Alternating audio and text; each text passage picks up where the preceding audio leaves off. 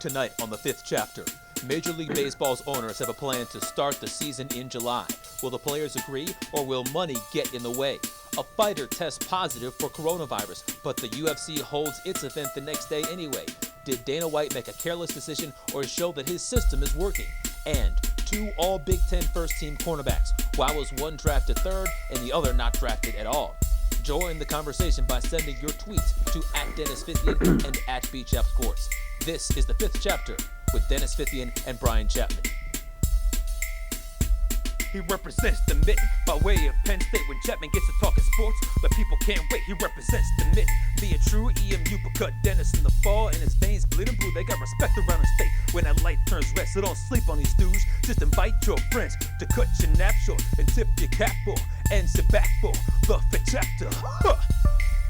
Brian Chapman, Dennis Fithian. When they open their mouths, they spitting the facts, bro. This ain't even optional, man. You just have to tune into YouTube to watch the broadcast or download it to your phone to peep the podcast. They mix laughter, they get after. It's all captured in the Fifth Chapter.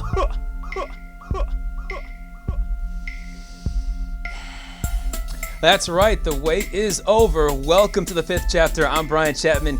He is Dennis Fithian. We've been waiting for this moment for a long time, and we're ready to roll, Dennis. Yeah, hey, nice intro there, B-Chap. I'll tell you what, if the YouTube sports and entertainment thing doesn't work, freestyle's in your future. You're ready to go. Yeah, right.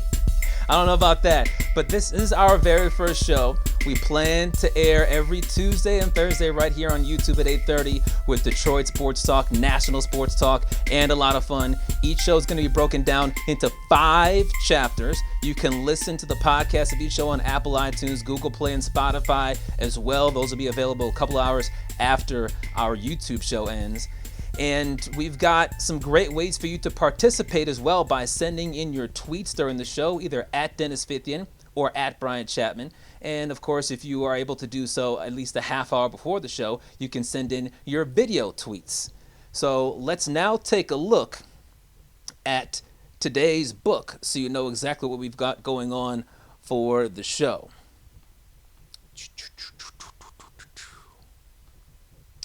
So, in our second chapter, we are going to be getting to a fighter who tested positive in the UFC, but the UFC decided to hold that event anyway. Was that a smart move or not? Additionally, in the third chapter, Jeff Okudah, an all Big Ten quarterback, was drafted 3rd overall, while Michigan's LaVert Hill was not drafted at all. Why the big discrepancy? And in the 4th chapter, are the Lions contenders or pretenders after their positive draft, a draft that seemed like everybody loved, despite that first-round pick of Jeff Okudah, a pick that I loved. And in the 5th chapter, we're going to have a little bit of fun with Spartan, Wolverine, or Buckeye. And notice the way that Fith is spelled with just one F. But, Dennis, let's start off today's show with the first chapter. And it looks like Major League Baseball could be the first major pro sports team to return to action in 2020. The owners have approved a plan to play ball in early June. The plan would not feature teams playing in only Florida and Arizona like they were talking about. Each team would play in its home stadium unless there's a state regulation that prevents it from taking place. There would be an 82-game season. There would be 14 playoff teams, not 10. Although the Tigers would still have no chance to make it. There would be a universal DH. All games would be against teams from your AL or NL geographical division, meaning the Tigers would only play against the AL Central and NL Central teams, not the West or East division teams. 30-man roster, no fans, but the big hang-up could be money. The owners and players back in March agreed to prorated salaries for the players. Now the owners want the players to take less. They want it to be a 50-50 split because the owners are saying, wait a second, we're not going to get any fans here. That means no concessions, no $10 beers, no $80 tickets. We need to cut down how much money you're making. And it looks like the players are almost certainly going to reject this offer, Dennis. What do you think of this plan by the owners? and the high likelihood that the players will reject this plan. Well, I think it's great, and then I think it sucks all at the same time. I mean, the first part that you just said there, let's go, man, during a pandemic, getting baseball back right around Independence Day. Yeah! Oh, they're going to fight it out over money, and they might end up killing this season during a pandemic. Boo! So that's what it comes down to. But look, man, they have to be able to figure out, it's called shared sacrifice. And nobody wants to. I always went back to, like, are you with the billionaires, with the owners, or you with the millionaires, with the players? I'm not with any of those. I'm with baseball fans that have to pay through the nose to begin with. Let's get it back on the field, especially during a pandemic. The one thing, they can sit around and negotiate, and anything that takes away where you get some bad blood and you end up where the fans are going to be upset during times like this, anything that you might win at the negotiation table, you're going to lose with the goodwill of the fans. So they really need to just come out and figure this out. Last thing that I want to be sitting around talking about is the players not getting a fair shake, or the owners really having to lose money here, or they've got to take a haircut. Please figure it out. We need it. We need baseball. Yeah, it'd be a great topic for our show if we come on in the middle of July and it's the millionaire owners going up against the billionaire, or the millionaire players going up against the billionaire owners, and whose side are you on? It'd be fun to talk about, but I would much rather talk about the Tigers getting smoked by the Chicago Cubs or something like that, 13-2, and how Jordan Zimmerman gave up 3 more home runs and how he's on the last year of his deal. I'd much rather talk about that. But it's a very complex situation. Jeff Passan of ESPN.com wrote a very long article. It was 20 questions on the Major League Baseball players and owners negotiations. And basically what he said is, the next week, it's going to seem like we're not going to have what we want. Because both sides are going to entrench themselves. The owners are going to say, here's the deal. We need you guys to sacrifice more money. We're losing money this year. And the players are going to say, wait a second, you guys already agreed to the deal with prorated salaries back in March. We're going to entrench ourselves in. But they basically have a 2.5-week window in order to get a deal done between now and the end of June, or the end of May, so that by around June 10th, they can start spring training and start up the 4th of July or around that time. It's an atypical situation. I think we're going to have baseball, and we're going to have an atypical solution, which is what we're having in all phases of life right now. But you're right. It is going to look pretty bad if while lots of 14% of people are out of work, 14% of people are not getting any money outside of unemployment, these millionaires or billionaires are trying to decide how much of this inordinate money they should be getting.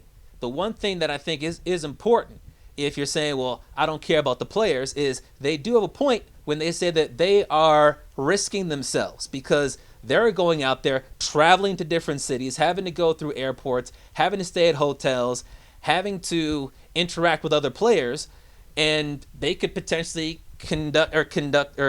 contract the disease. Meanwhile, the owners, they don't even have to go to the games. They can sit in their gated communities and watch from home. So they are at more risk. So I kind of signed with the players here. Well, both sides have a point here. And I know the MLB PA executive director, Tony Clark, the former Tiger, as soon as I read his comments about this is a salary cap, I knew we were going down this road for the players not buying it. There's 2 words that the baseball players hate, is salary cap, and that's exactly what Tony Clark rolled out there in the first thing that he said. So, yeah, seeing if these guys are going to be able to figure it out. Take a step back for 1 year in all of this. I mean, again, I come back to that word, the 2 words, shared sacrifice.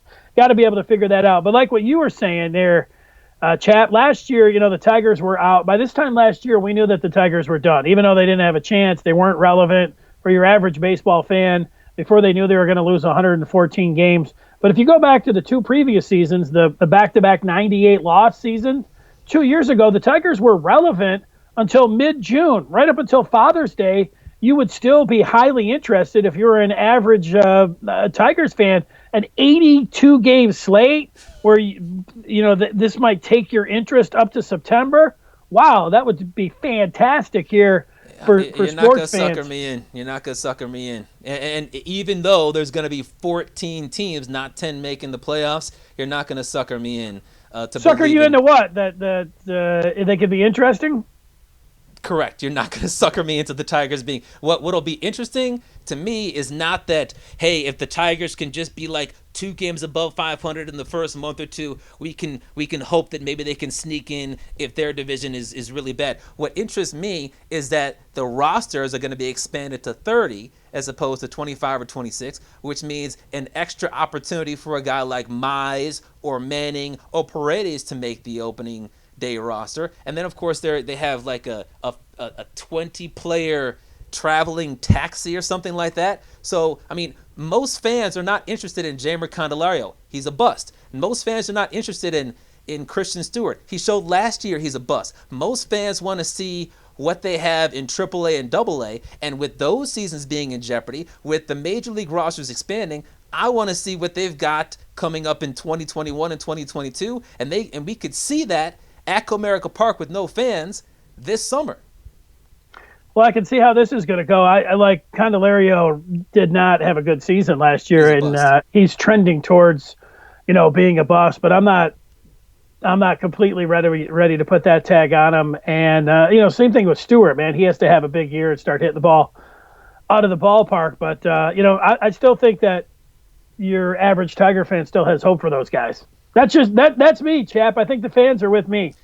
Here's what I think. The average Tigers fan just wants to see baseball. Even if the Tigers are getting crushed, even if Jordan Zimmerman is giving up 3 and 4 home runs, even if they're bringing up 7 and 8 guys from the bullpen from Toledo and AA that you never heard of before, even if they have the worst run differential in baseball again, they just want to see them play. And you know what? Some fans out there watching this might just say, I don't even care about the Tigers. I want to watch Sunday night baseball. I want to watch Monday and Wednesday night baseball on ESPN when the Tigers aren't playing. That's what fans want. And if the players and the owners screw this up by arguing about millions of dollars or billions of dollars, they're arguing about either 2 commas or 3 commas, that's going to really anger fans. And the only thing that could save them at that point would be if there was a big coronavirus outbreak, because they'd say, well, doesn't really matter if we could find a solution, because guess what? There's coronavirus everywhere, and there's going to be 250,000 dead in the next week or next month, and nobody wants that.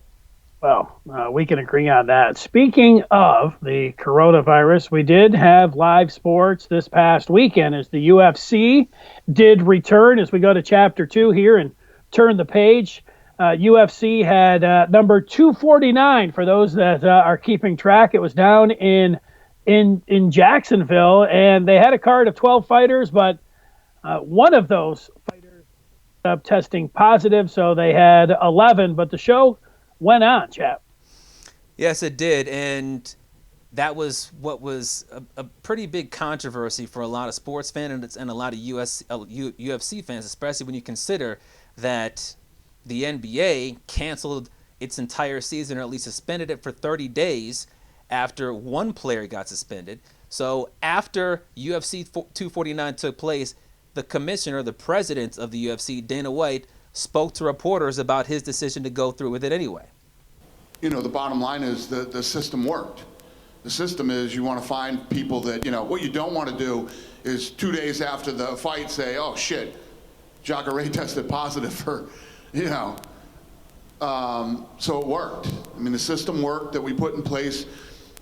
I mean, most of you that are here have worked with us for a long time. You know how we are. Without sounding like a jackass, we're really good at what we do. We're very, very good at what we do. And the way that this week went, we'll just get better. We'll get better by Wednesday. Then we'll be better by Saturday. And then after Saturday, we'll start to catch our stride and really get this thing dialed in and get it figured out. And the longer this goes, the better the testing technology is going to get, and the faster it will get. And,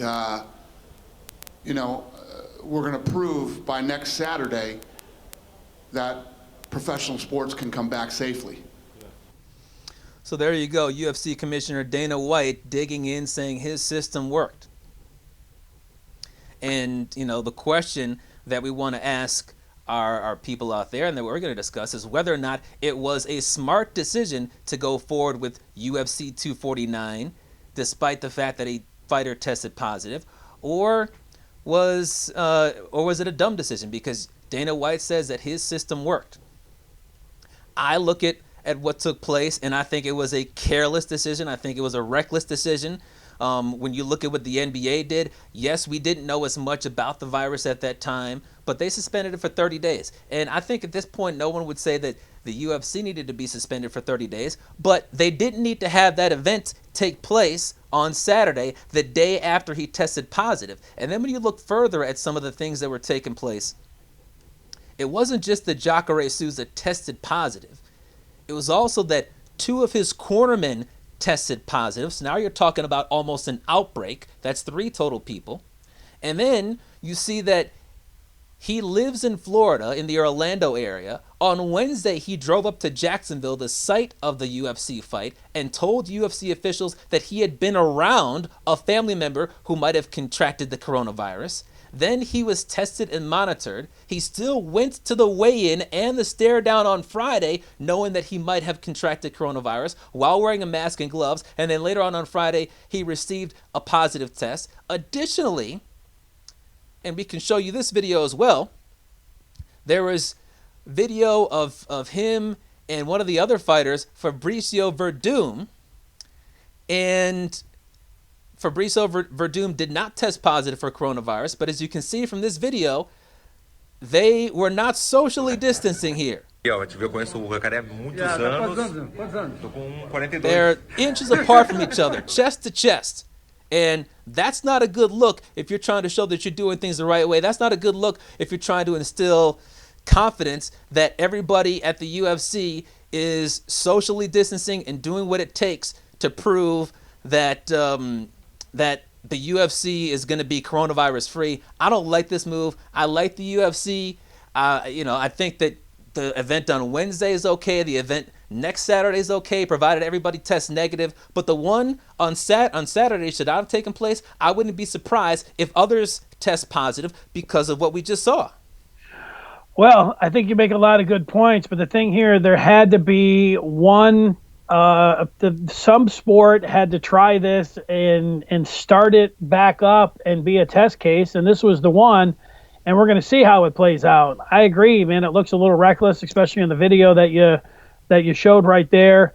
And when you're really starting to think about some of this, but you had to get out there and you have to see how this is going to play out. And if you have other people that come down with it, it's not going to look good, of course. But if they can also get through this and they don't have any more positive tests, they can say, hey, we had the test, he didn't fight.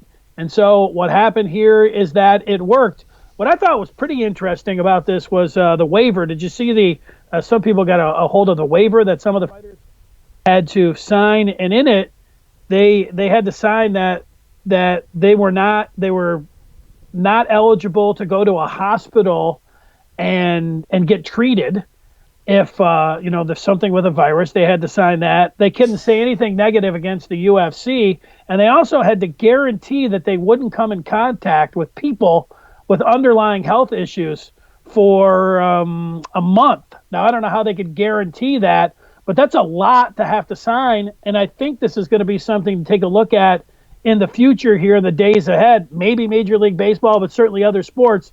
What are you going to sign? What's the risk? What's the reward? These are individuals who only get paid if they go out there to fight. So, I can see them signing the waiver, but I think waivers are going to be a big thing to keep an eye on moving forward here, and exactly what, these fighters and exactly what these athletes are signing away. Yeah, I don't know what a waiver is going to do when you say socially distance yourself from anybody with underlying health conditions for 30 days, because, how many people have underlying conditions in our country? Especially when it comes to the coronavirus. It's not just high blood pressure and being a cancer survivor and having asthma. It's also diabetes. It's also obesity.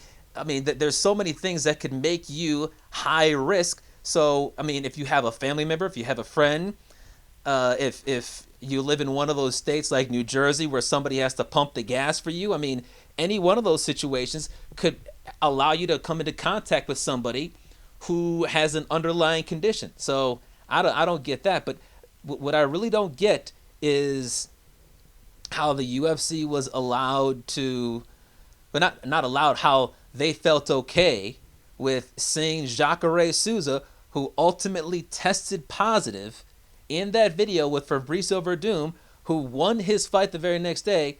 How could they allow that to happen? How could they say, hey, we know that he at that time had coronavirus. We know that in that video he was inches away from another fighter, and apparently, according to reports, he was close to other fighters as well. We know that in some other videos he was doing the stare down with the mask on, but we're okay. We don't think there's any coronavirus here.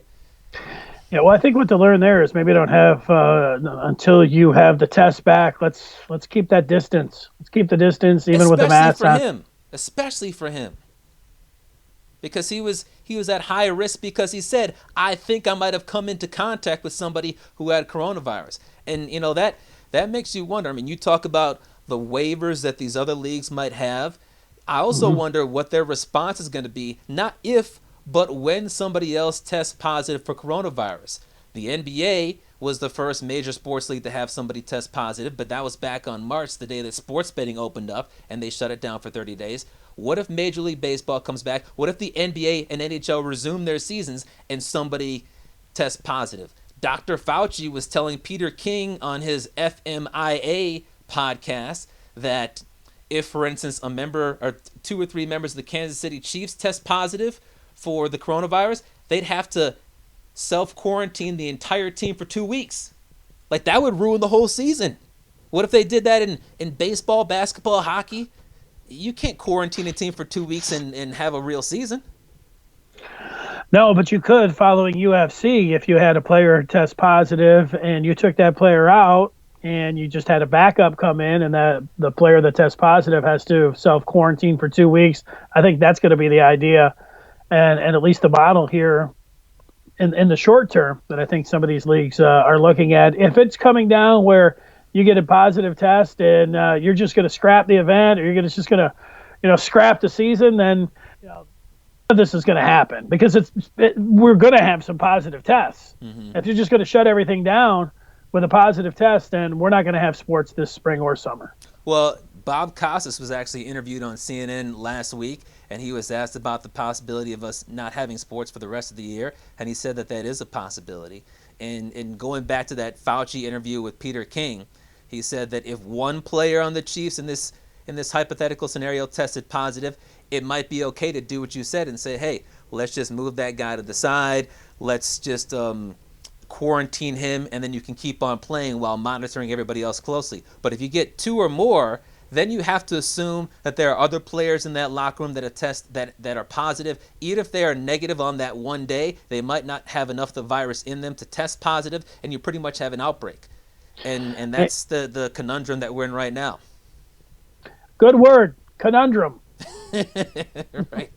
I'm with you on that. That's the word of the day. That is. All right, let's turn the page to Chapter 3. And what do Jeff Okudah, LaVert Hill, Antoine Winfield, and Jordan Fuller all have in common? They all play in the NFL. Well, yeah, I guess that's fair to say. But what I was going for is they were all of the 4 Big Ten first team all defensive backs in 2019.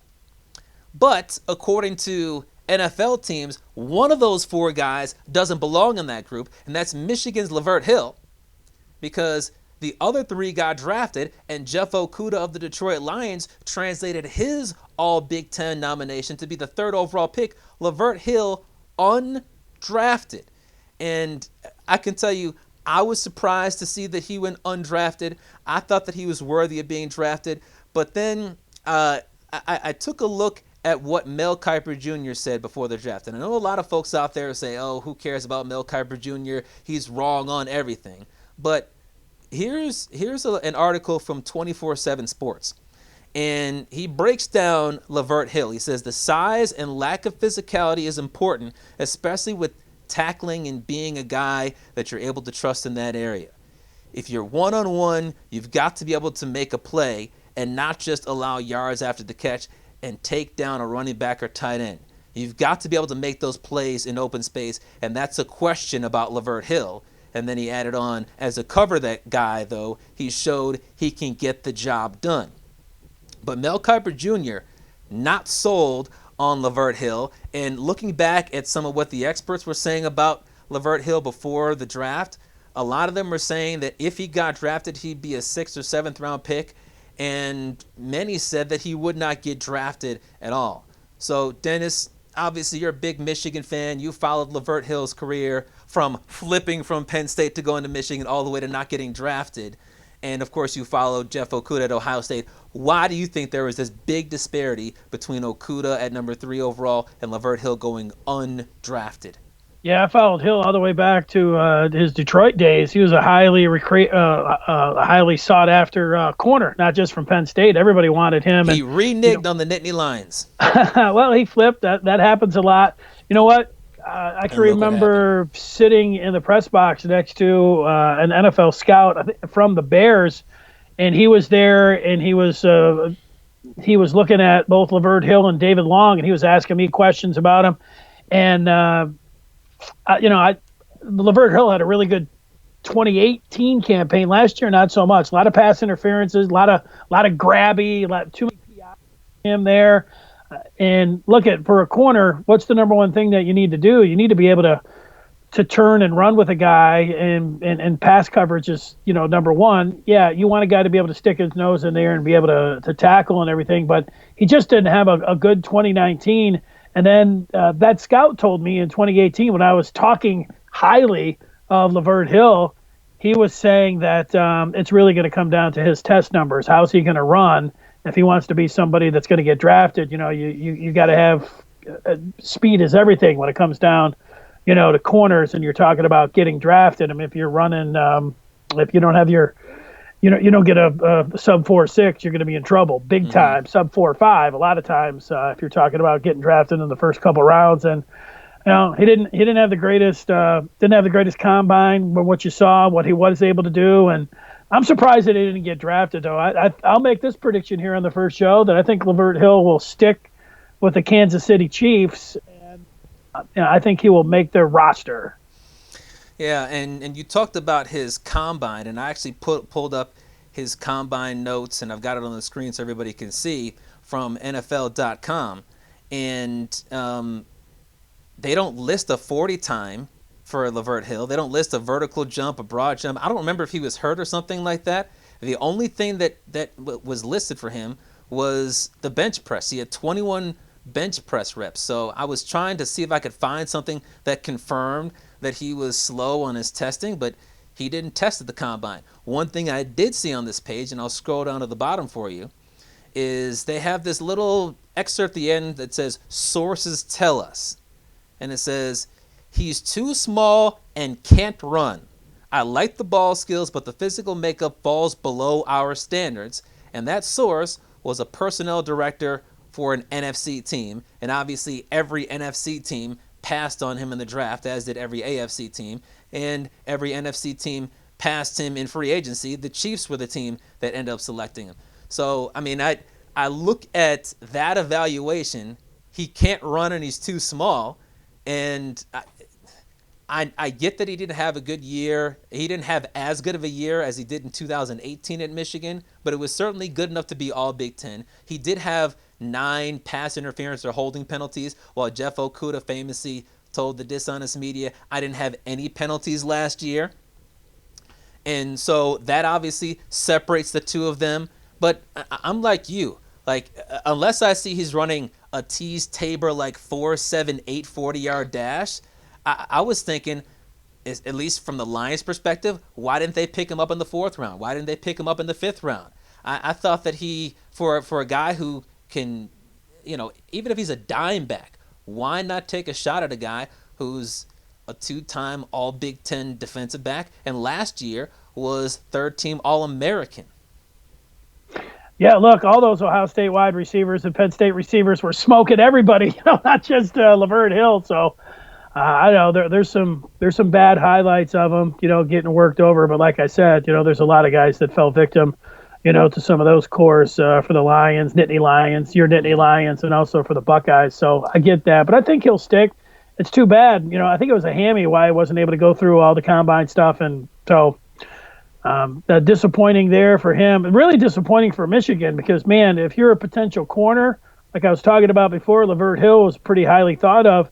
If you're a highly thought of cornerback and you've got, the Buckeyes calling Ryan Day saying, hey, you want to come here to cornerback you, or do you want to go to Michigan where you don't even get drafted? Yeah. That hurts. That hurts Michigan. That for sure. really stings. And you're right about whether it's cornerback you or defensive back you. The Buckeyes had 2 defensive backs picked in the first round. And I think that's part of why you see that discrepancy. Not only did Bob Quinn like what he saw on film, but Bob Quinn can go look back at like 3/4 of last year starting New Orleans Saints secondary were Buckeyes. Like, I called them the New Orleans Buckeyes. I liked what they had on offense, but I couldn't root for them because they had too many Deep South Buckeyes on that team. You see Buckeyes all throughout the NFL starting in defensive backfields, and you don't see that with Michigan players. And once again, like you just mentioned, if you're on the recruiting trail and you're a 4-star or 5-star defensive back and Ryan Day says, yeah, you can go to Michigan and not get drafted despite how great LaVert Hill was, or you can be like our nickelback and get drafted in the 4th round. What are you going to pick? Plus, it's Ohio State. We got a little bit extra money for you. You can get some tattoos. We can feed you some more extra benefits. I mean, what else do you want? And we're going to beat your rival every single year.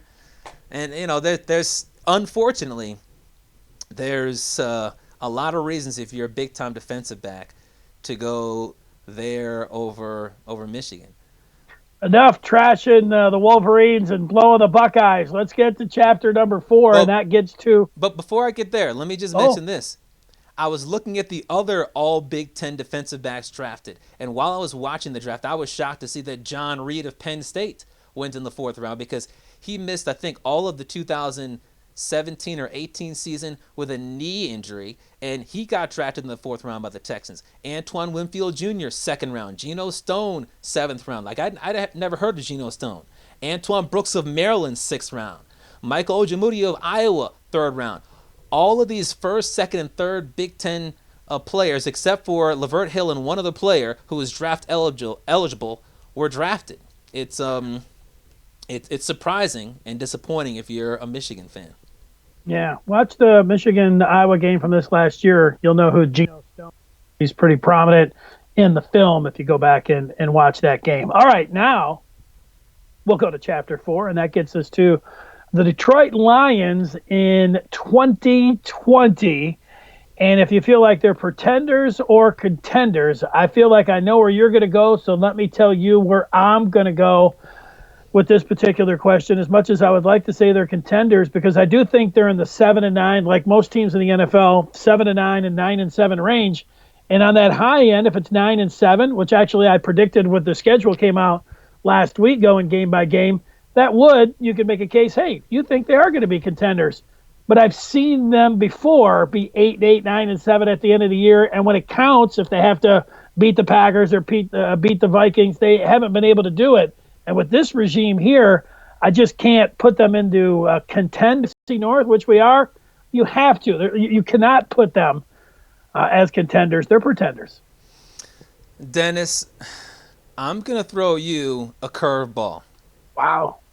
And this is a pretty black and white issue, right? They're either contenders or they're pretenders, right? That's it. One or the other. The answer is neither. The Lions are neither contenders nor pretenders, and here's why.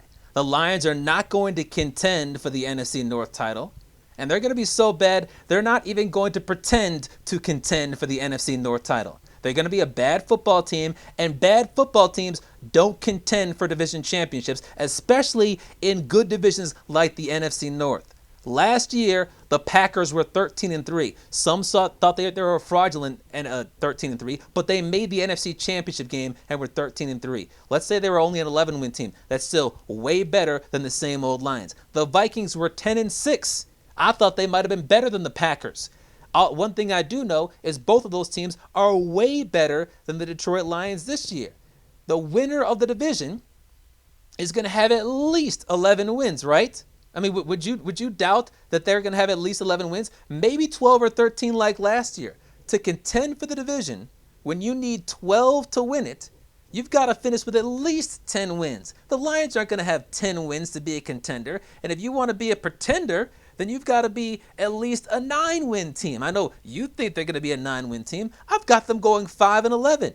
And if the Lions are going to be in a strong division like the NFC North, and they're going to come up with 5 wins, it's going to be an SOL, same old Lions 2020 season, where they're not going to be a contender and they're not going to be a pretender. Let me give you one thing that I think that they'll contend for third place in the NFC North. Wow. Yeah. I'm ready to go there. And guess what? The NFC North is not going to get, most likely, both of the wild card spots. But the Lions have nothing going for them right now. They've got, outside of this might be Bob Quinn's best draft class. Oh, by the way, that draft class is not going to be able to partake in mini camps or rookie mini camps or OTAs because of the coronavirus. So that's going to blunt any of the momentum from the supposedly strong Bob Quinn draft class. But, I mean, look what you got right here. You got the third best quarterback in the division. Some might argue that he's better than Kirk Cousins. I would not. I mean, it's debatable, but I would say that he's the third best. Stafford is. You got the fourth best coach in the division because each of the other 3 coaches has won the division in the last 3 years. You look at how you have the third or fourth best backup quarterback position. You know Matthew Stafford's going to hurt his back again. I didn't say you think. I said you know he's going to hurt his back again. You got the worst defense in the division. You got no depth. I mean, where is the argument that they're going to pretend? Where is that? It's not there. Yeah, I think the argument is that the Packers were fraudulent last year. A lot of their advanced metrics, when you start taking a look at them, yards per play, and their draft with Jordan Love, that was a draft for the future. It's not going to help them at all next year, so they could take a gigantic step backwards. If you look, the Vikings, their corners weren't very good last year, but they got rid of all of them. They lost Everson Griffin. They lost a lot of pieces. Lindale Joseph on their defensive tackle, a lot of different pieces, and they had 15 draft picks. How many are they going to be able to hit on there? And that's the argument right there of how the Vikings could head back towards the pack there. And the Lions, if you do look at their trends through 5 games last year, small sample size, but not a super small sample size, they were putting up pretty good numbers on offense. But look, that's me trying to, you asked the question, where is it where they could contend? Well, that's it. Vikings and Packers coming back to the pack, and the Lions getting a healthy Matt Stafford for 16 games and having him play games like he did in the first 5. Look, it'd be great if he could be healthy all year, but even percent healthy, but healthy enough to play Matthew Stafford, they went 6-10. Now, let's take a look at what ESPN is predicting for the NFC North.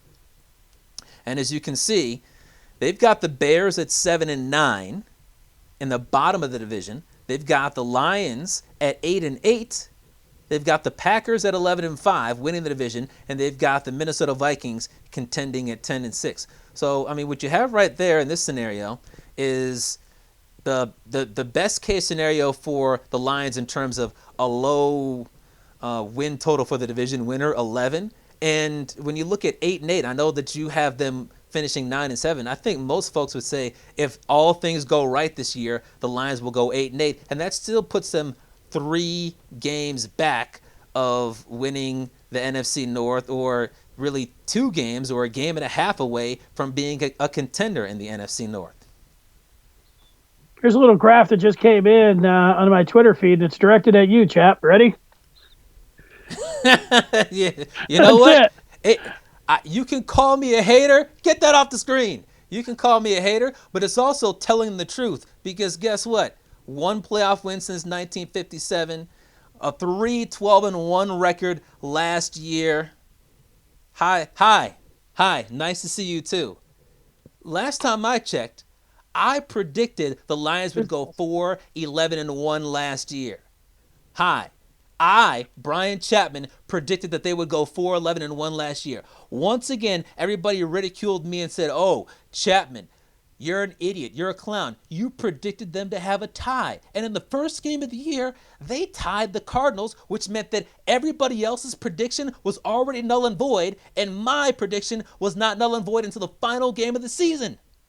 I was only one game off. I said 4-11-1. They went 3-12-1. Let's not sit around here and talk about how the Lions have got something special going on. But what we can do is get some feedback, because one thing that we're going to be doing that's a little bit unique from other shows on YouTube is we're going to be soliciting feedback from our viewers out there. We're going to be posting a couple of our chapters out there on Twitter before each show and giving you, the viewer, the opportunity to send out a video response, because obviously we can't take phone calls, but we can allow you to see what we're going to talk about and send in a tweet, a video tweet. We'd like them to be about 30 seconds. Here's an example of a tweet coming in from Jake. Let's see what he has to say about those same old Lions.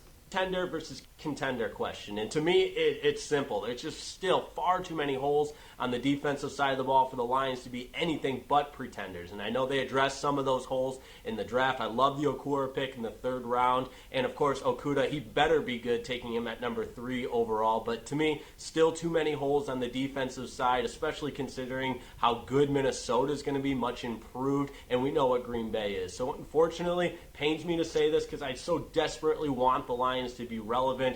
But unfortunately, I see this season as still being pretenders. But hey, look, I wanted them to rebuild from the very beginning. I wanted them to draft Tua, but the win now mandate changed that, and management said we got to be playoff contenders. So I know that's the approach moving forward, but unfortunately, I'm just not bought in on that. So, thank you for the tweet, Jake. I agree. The Lions do have too many holes. That's why they were 3-12-1 last year. I went through some of the holes that they have. I mean, they tried to address it at the draft, and he talked about the Okudah pick, but the Lions really have not addressed in any meaningful way that defensive line. They got rid of A'Shawn Robinson. They got rid of Snacks Harrison, who couldn't wait to get out of Detroit. And they have not drafted a defensive lineman in the first round since, probably Nick Fairley. I mean, when's the last time they drafted a defensive lineman in the first round? Was it Nick Fairley? And Bob Quinn has had a need on the defensive line for each of the last 3 years and hasn't drafted a defensive lineman in the first 2 years. They don't blitz way too many holes, particularly on that defense, not only to be a contender, but to even be a pretender. Well, I mean, look at we've gone over it here. Like, I think that they are in that 7-9, 9-7 range here.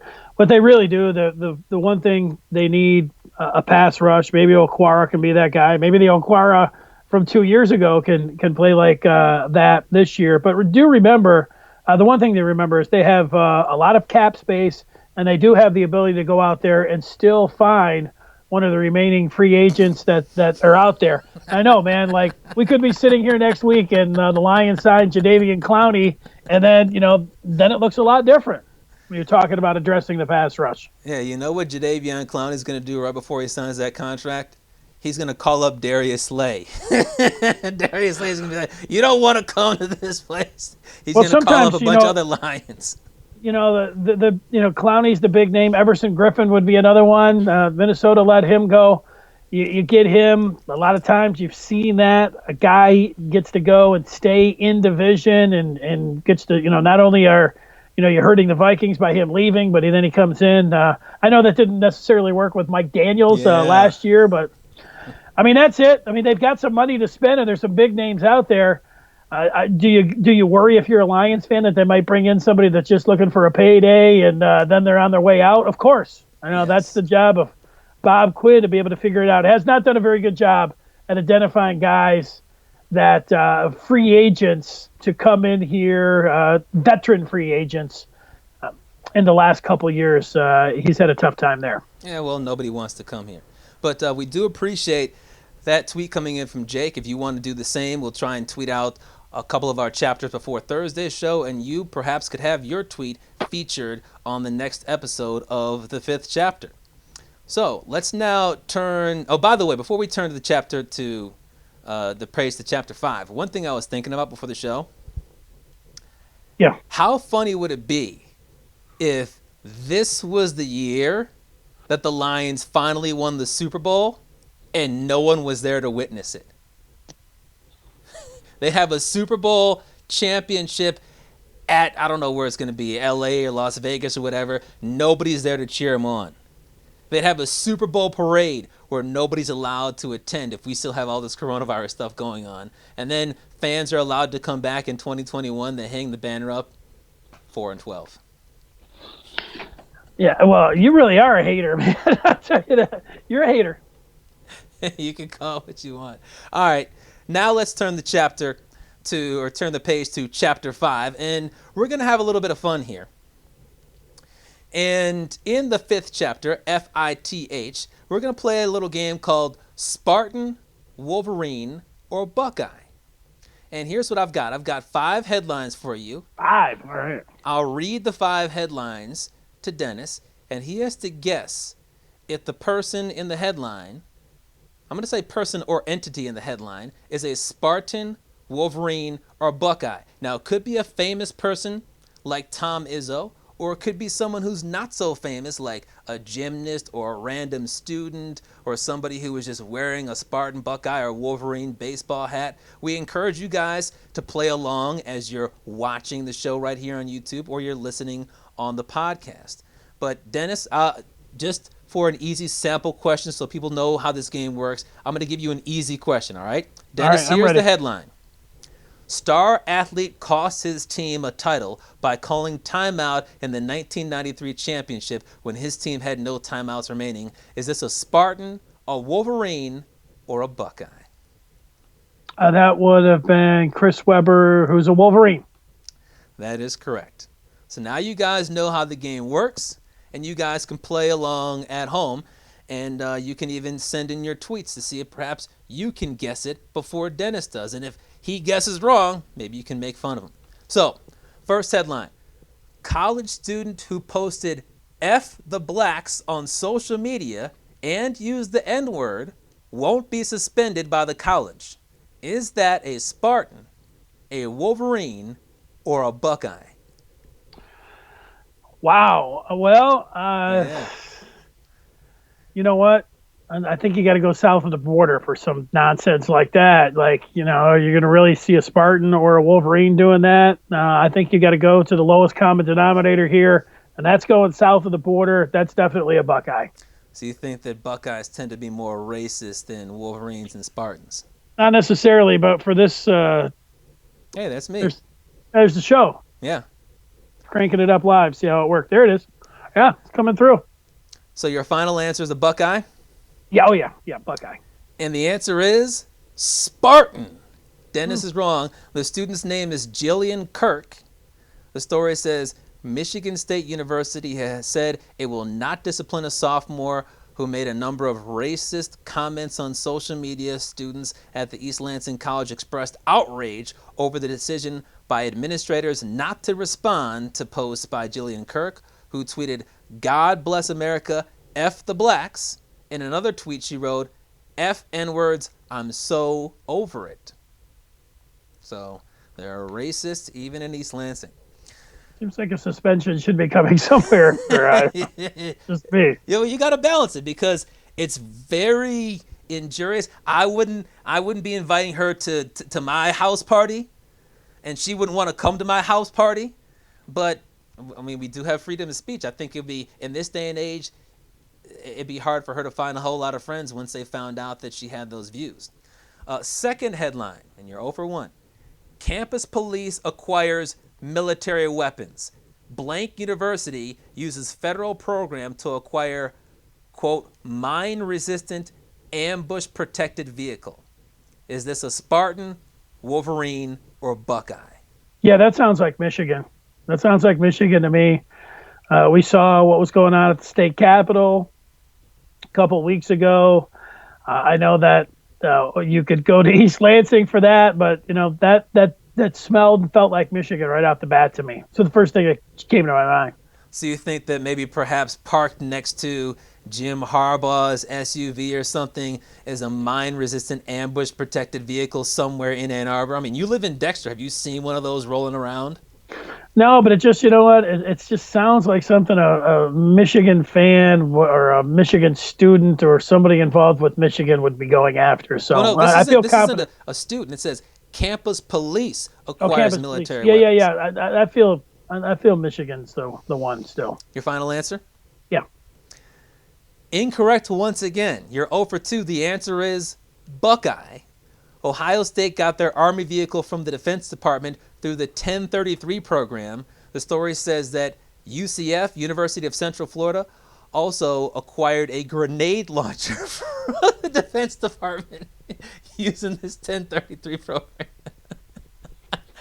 I can't see a scenario where if you're part of the campus police, you feel the need to fire grenades at students. I wouldn't want to go to UCF if I was applying for colleges right now after seeing that. Oh, brings up a new thing for throwing a bomb, huh? That's right. All right, Dennis, you're 0 for 2. You've got to get the last 3 right, or else you're a loser on the first episode of the 5th chapter. Third headline: 26-year-old man facing 2 counts of 4th-degree sexual conduct for allegedly groping 2 separate college students. The prosecutor said the defendant's method of operation was, quote, to walk up to women, engage them in a conversation, then grab their buttocks and flee. Is this a Spartan, Wolverine, or Buckeye? You know what? I don't want to say. There's one part I want to say all 3, or I want to say none. But if I have to pick one, I'm going back down to Ohio State. So you think that Ohio State individuals are most likely to just Most likely grope yeah. and run away? Yes, on those 3, that would be my choice. Yep. Well, Dennis, you're wrong once again. The answer is Wolverine. Kevin Vaco was the suspect, and it happened on the University of Michigan campus. The prosecutor said he needs treatment. He can't restrain himself. This is a pattern of misconduct. The defendant cannot be trusted. So, yes, that was a Wolverine. Maybe check see if he's a Walmart Wolverine. See if he really was going there or not. Well, you don't have to be a Michigan student, a Buckeye student, or a Spartan student to be in Wolverine, Buckeye, or Spartan. So, Fair Dennis, enough. we had 2 more for you, but you already lost. So we'll have to save those for next time. 0 for 3. All right, so that's going to do it here. Well, you know what, chap? We want all Detroit sports fans to tune in coming up on Thursday when we will go with the question that is on a lot of Michigan and college football fans. Will it be Dylan McCaffrey or Milton under center for the Wolverines when they do, if they have a football season? I also want to tell people that coming up in June, I got a big surprise that I'm going to reveal here on the 5th chapter. We'll see if Chapman can come up with a surprise between now and then, but I've got a big one that's starting in June. So that's going to do it. For Brian Chapman, I'm Dennis Fithian. Thanks for watching here. The 5th chapter, all one word, on YouTube. See ya.